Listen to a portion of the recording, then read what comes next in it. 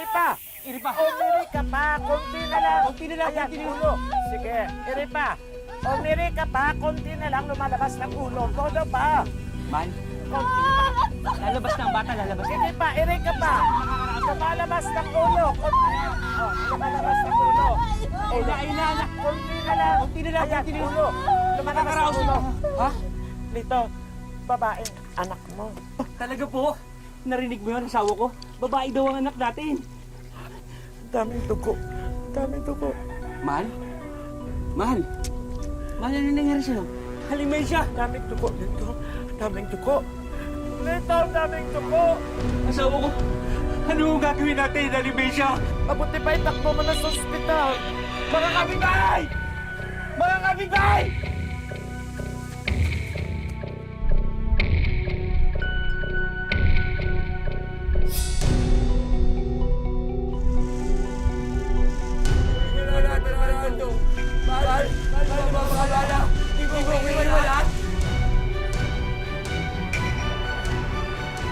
Bakit to?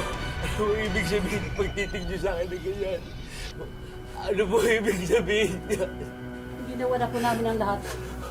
Pero Oh, wala na pong buhay. oh! Wala na ang asawa ko! Hindi! Aba, asawa ko! Mahal! Mahal, di ba sabi mo, di tayo magkakaiwalay? Mahal, gumising ka! Gumising ka, mahal! Mahal! Bakit mo ko hiniwan, mahal? Alam naman ninyo ang nangyari kagabi. So, saksi si Georgette dyan. So, matagal na pala silang nangailangan ng midwife doon. So, si Georgette ang bagay na ipadala doon. Taran! Uy, ano te? May nanalo na! O ito, karoon na mo. Sa'yo na. Kayang-kaya mo yung Georgette. Congratulations, Bes! Para sa isang extra challenge na assignment na yan. Bakit extra challenge? Eh, matagal naman ako nagpapaanak. Kahit na. Tsaka isa pa, tingin mo ba agad-agad sila maniniwala sa'yo? At tsaka, hindi sila magtitiwala sa'yo agad-agad. Bakit naman hindi? Professional ako. Tsaka ano naman yun kung makita ko yung Kahit kanila. na! Lalaki ka pa rin. Tsaka, mahihiya mga taga ron magpatingin sa'yo, no? I know, para sa kanila, ang kumadrona, babae lang, hindi lalaki. Eh kung ganun, ma'am, bakit ako ang papadala nyo? Georgette, alam kong magaling ka, kayang-kaya mo yon. Ikaw ang dapat padala doon. Ako talaga, ma'am? Yes, ikaw talaga. Good luck, Bes! Bye-bye!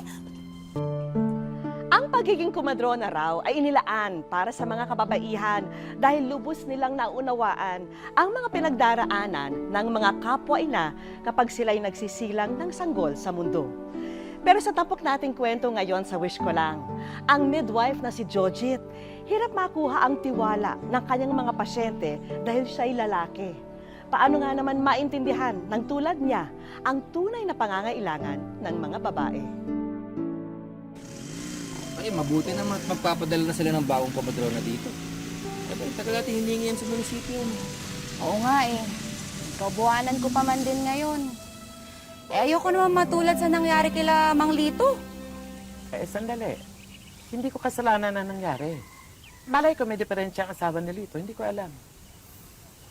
Eh, ano naman ho ang masasabi nyo ngayon na may paparating na kumadrona dito? Ang sa akin lang, andito ako pag kailangan niyo ako kahit anong oras. Baka naman nakakalimutan niyo, ilang taon na ako nagpapaanak sa mga buntis na taga rito. Diba? Teka, hindi na ata sila. Oo nga. Abay, hindi lang kumadrona ang dala. Pati doktor meron. Doc, magandang hapon po. Eh, kasama niyo rin ho ba yung bago naming kumadrona dito? Dok, kasi naipangako ng munisipyo na mapapadala sila ng kumadrona dito. Hindi. Ay, Ako nga ho. Dad, excuse me. Naku, ay, tama-tama po. Kapain mo, may bukol ako dito sa likod.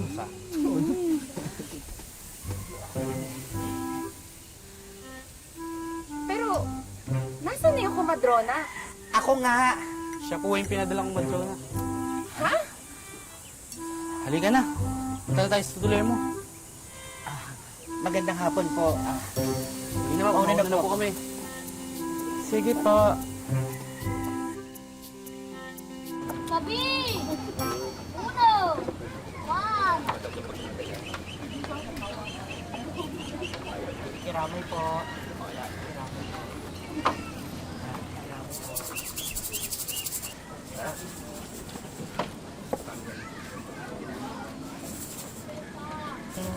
Laki na hayop ka! Ano ginagawa mo rito? Sir, nakikiramay lang po. Kikiramay ka? Ako po yung bagong kumadrona. Kapal din ang mukha mo? Mga kabayo! Ito may dahilan kung bakit namatay ang asawa ko! Pare siya! Tama na. Hindi po totoo yan. Hindi po totoo yan. Dumating po yung asawa nyo na naduguan na po. Hindi po. Sinungaling ka! Tama na. Buhay pa sana ang asawa ko! Tama na, pasok mo sa bahay. Hindi na pa sana ang anak ko! Tama na. Kahit ngayon namatay ang asawa ko! Kapal na mukha mo! Diyan ka lang! Sir, wala ho akong kasalanan. Diyan ka lang ha! Dede! Wala naman ho akong kasalanan. Hindi mo dali yung kaibigan lang. Hayop ka! Ay!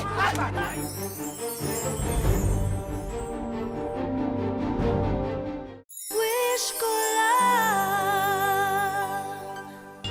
Hayop ka! Hayop ka!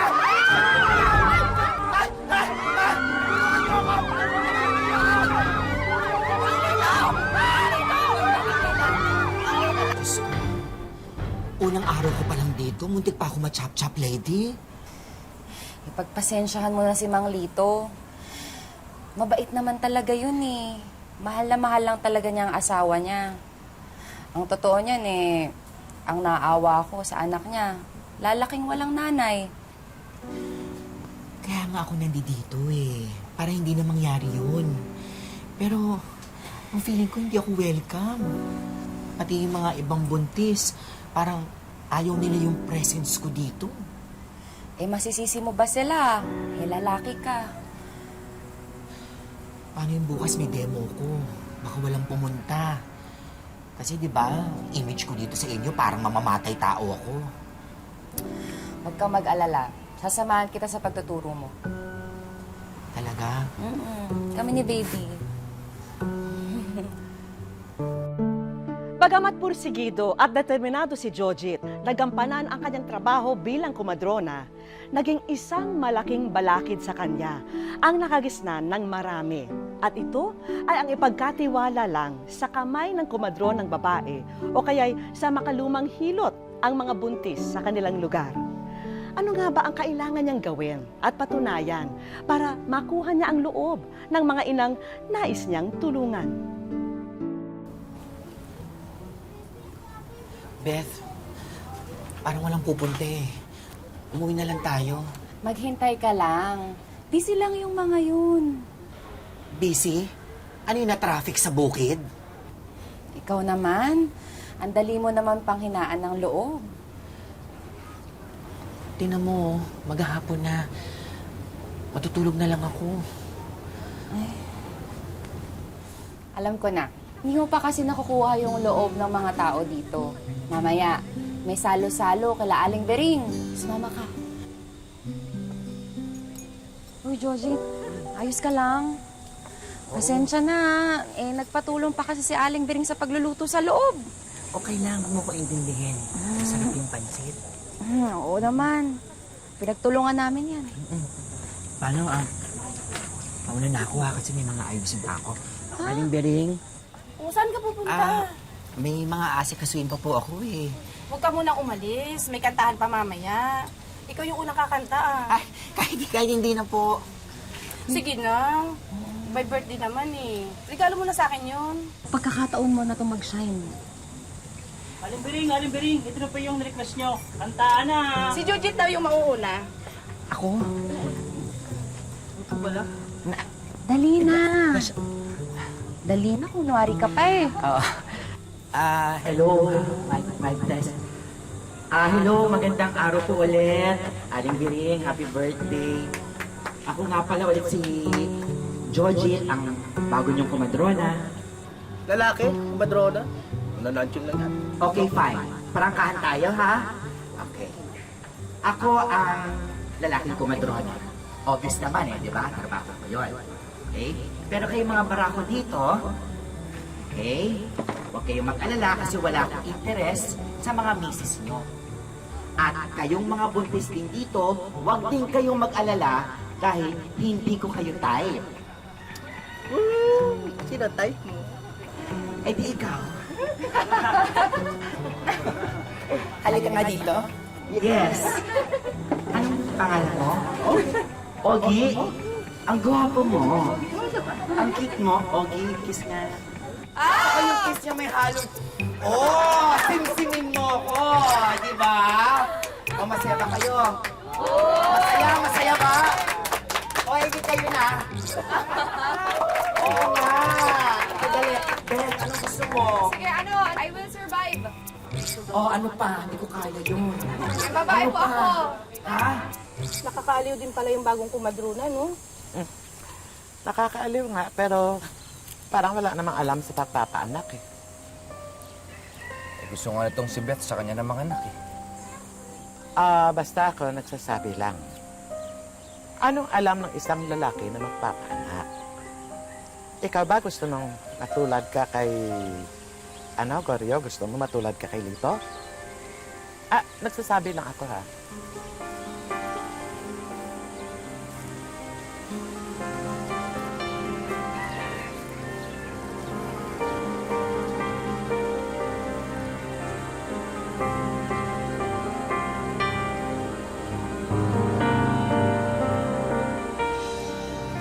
Ikaw ba titigas talaga ng ulo mo no? Di ba sinabi ko na nga sa'yo na huwag ka magpapatingin dyan sa lalaking kumadronang yan? Eh ano bang problema mo kay Jojit? Beth, ipapatingin mo yung ano mo. Ano ka ba? Ako lang dapat na nakakita dyan. Diyos ko naman, Goryo. Professional tong taong to.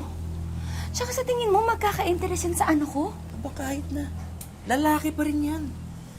Teka, nagsiselos ka ba? Pati ba naman kumadrona pagsiselosan mo? Mas okay na nga yan si Jojit eh, kaysa sa mga hilot-hilot lang. Ikaw ba't sinasabi ko sa'yo? Kapag may nangyari lang sa anak natin, ako, hindi ko lang alam ang magagawa ko sa lalaking kumadronang yan. Goryo, tumigil ka nga. Ginagawa ko to para sa magiging anak natin. At para na rin sa'yo. Siya, sige. Sige.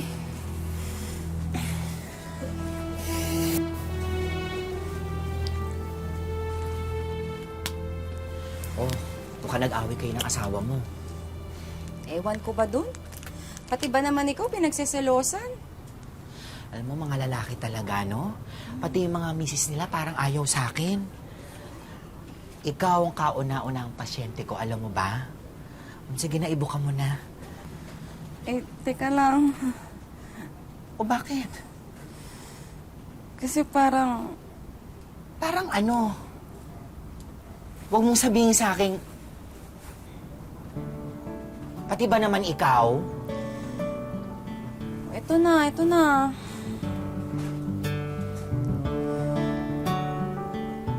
Yan na yun.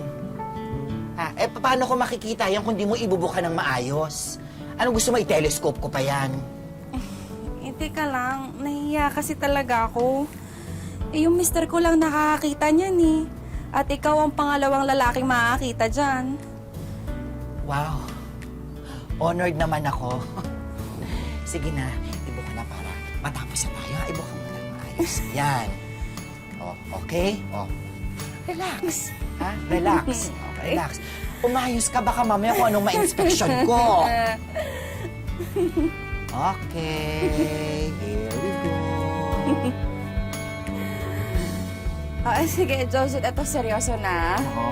Kumusta naman dyan sa ibaba?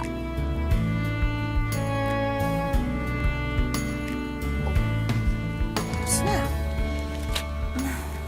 Beth, malapit-lapit ka na. Kasi dilated na yung cervix mo. Talaga? Sabihin mo sa mister mo, malapit niya nang masilahin si Junior.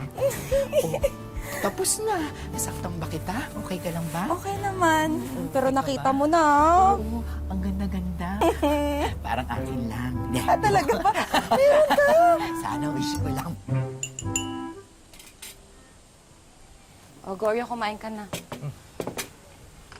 Salamat. Goryo? Bakit? Goryo? Manganak na ata ako. Ano? Manganganak na ata ako. Dali! Bilis! Teka, dyan ka lang. Tatawag ko ng tulong. Teka lang. Iri mo! Kaya mo. Iri mo!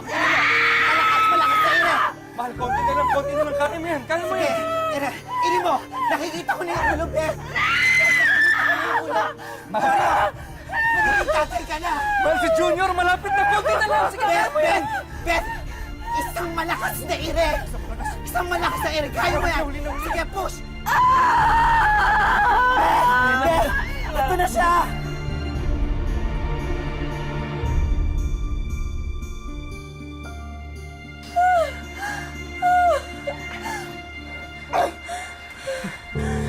Aling Mensya.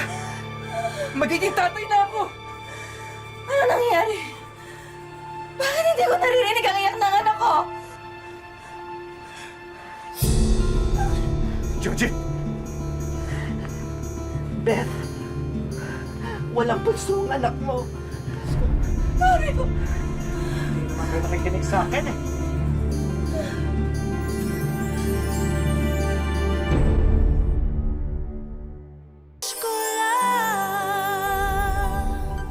Jojit? Ano nangyayari? Bakit wala akong naririnig na iyak? Beth! Walang puso ang anak mo!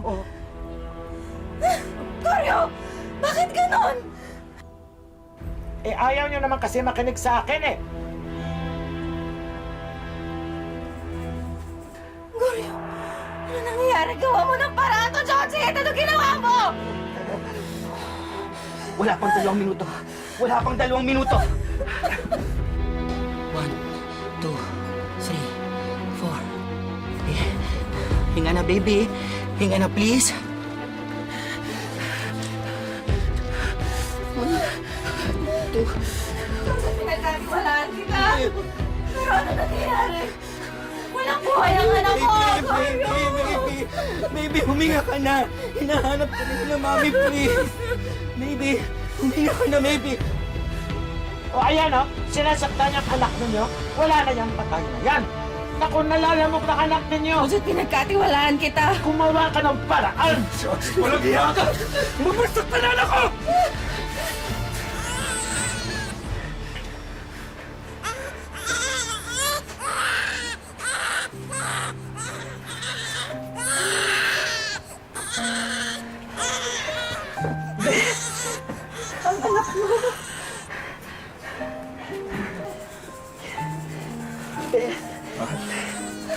Betsy, Junior, oh.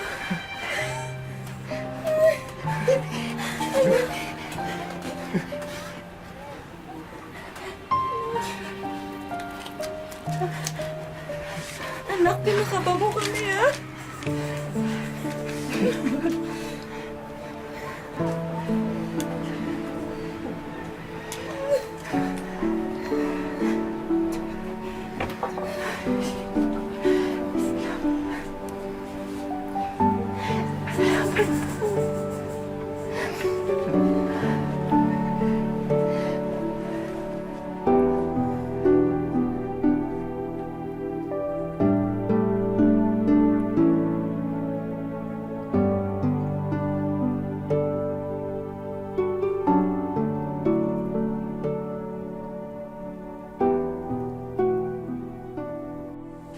Welcome to the Christian world, Gregorio Santos Jr. Alam mo, pwede ring JR for short. Alam nyo, itong baby na to, pinakaba kami nito. Kasi nung pinanganak siya, karoon ng diferensya, hindi nakahinga, dinala namin siya sa ospital.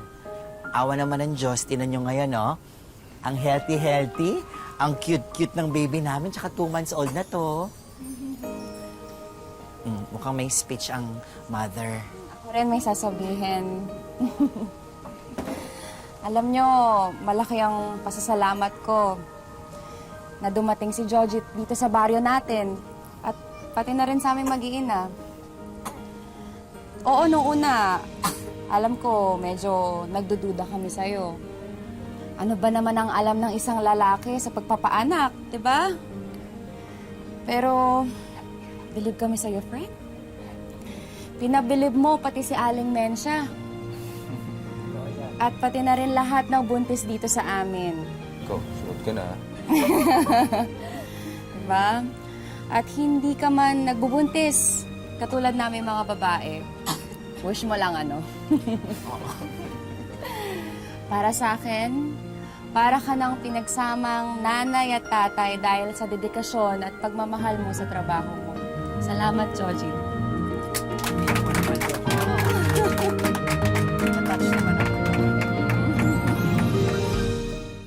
Very good. Push. Ito ngayon si Jojit. Baby girl. Ito ang araw-araw na eksena sa isang birthing clinic sa bayan ng Pantukan, Compostela Valley. Mahalaga ang bawat segundo sa loob ng silid. 2 buhay kasi ang nakasalalay sa mga kamay ni Jojit. Sabi nga ng lalaking kumadrona, relax lang, concentrate at bawal mataranta. Yung una po kasi, nung una exposure ko talaga na nag-handle, munti ka nahulog yung bata. First exposure ko yun doon sa school. Tapos sabi ko sa sarili ko, kung nahulog yun, ang laking problemang mangyayari. So, pinamis sa sarili ko na hindi na mangyayari ulit. Hindi lamang sa birthing clinic natatapos ang kanyang serbisyo. Kahit kasi mga liblib na lugar, basta may buntis, personal na pinapasyalan ni Jojit. Alam niya kasing maaaring malagay sa panganib ang buhay ng ina at ng sanggol sa sinapupunan nito kung hindi sila matitignan ng isang trained midwife. Napaka-fulfilling. Paglabas pa lang pag umiyak yung baby at nakita mo talagang buhay, doon mo masasabi na parang okay na, parang wala ka nang aanuhin pa. Parang feeling mo, ganun ba siya kamilagroso? Pero kung may isang pasyente na hindi makakalimutan si Jojit, ito ay ang kauna-unahang kaso ng sanggol na kinailangan niyang i-revive dahil hindi raw humihinga noong ipinanganak. Kaya pala ang tagal lumabas kasi inisting ng cord yung baby, nandito dalawa, left and right, tapos nakapulupot ng 3. So nung nalusan ko na yung cord, natanggal ko na, nung nilagay ko yung baby sa tiyan ng mother, doon ko na-notice na pale na talaga yung baby, wala na, hindi na talaga umiyak. So doon pa lang, kinat ko na yung cord, nag-try na ako ng CPR. Nakita ko yung baby na umiyak na. Tumulo lang yung luha ko, pero hindi ko talaga pinapahalata. Oo, na super happy ako that time na na-revive yung baby. Ordinaryong araw ito para kay Jojit, pero magiging extraordinaryo ang tagpo dahil sa isang espesyal at napakabulinggit na bisita. Ay! Sa dinami-rami ng napaanak ni Jojit, sa unay hindi niya agad nakilala ang bata. Hanggang sa may iabot ito sa kanya.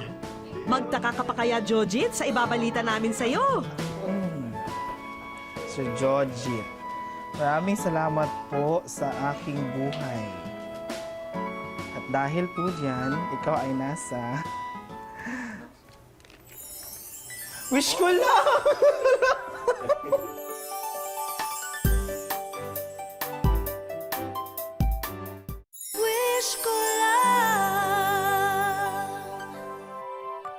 Ay, hindi ko in-expect, sir, na darating itong araw na to. Tsaka hindi ko in-expect na magkikita kami ulit.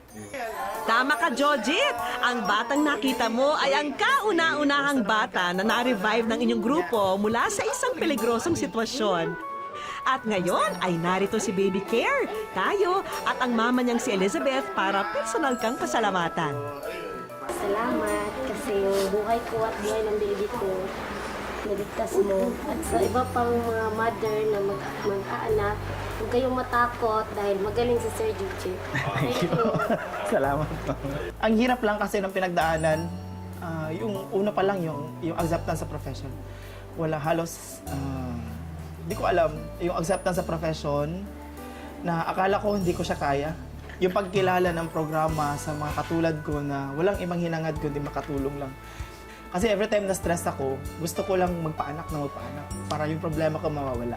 Kasi every time nakakita ko ng bata, yung umiiyak katulad kahapon, kung nakikita kong ganun, nawawala lahat, no? Yung pagod. Unang sorpresa pa lang yan, Jojit. Akala mo ba na hindi namin alam ang hilig mo sa pagkanta? Ay, as in, oo, salamat.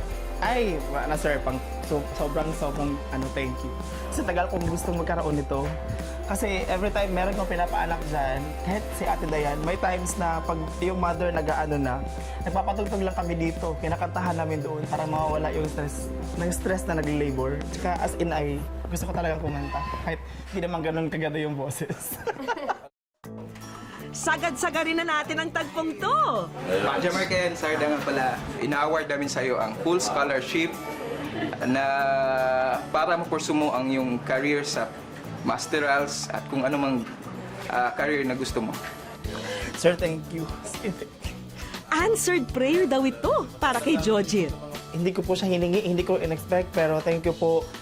Hindi nyo lang alam kung gaano ka-fulfilling yung ma-award ng scholarship for master's degree. Hindi man karaniwan na matawag na isang lalaking kumadrona, pinatunayan naman ni Jojit na wala sa kasarian ang pagiging isang mahusay sa minahal na propesyon. Hindi po nababase sa kasarian ang kakayahang gampanan ng isang tungkulin. Hanggang ang dedikasyon at determinasyon ay nasa ating puso, kayang pagtagumpayan ang kahit anong trabaho. Salamat po sa inyong pagtangkilik. Ako po si Vicky Morales at ito po ang Wish Ko Lang. May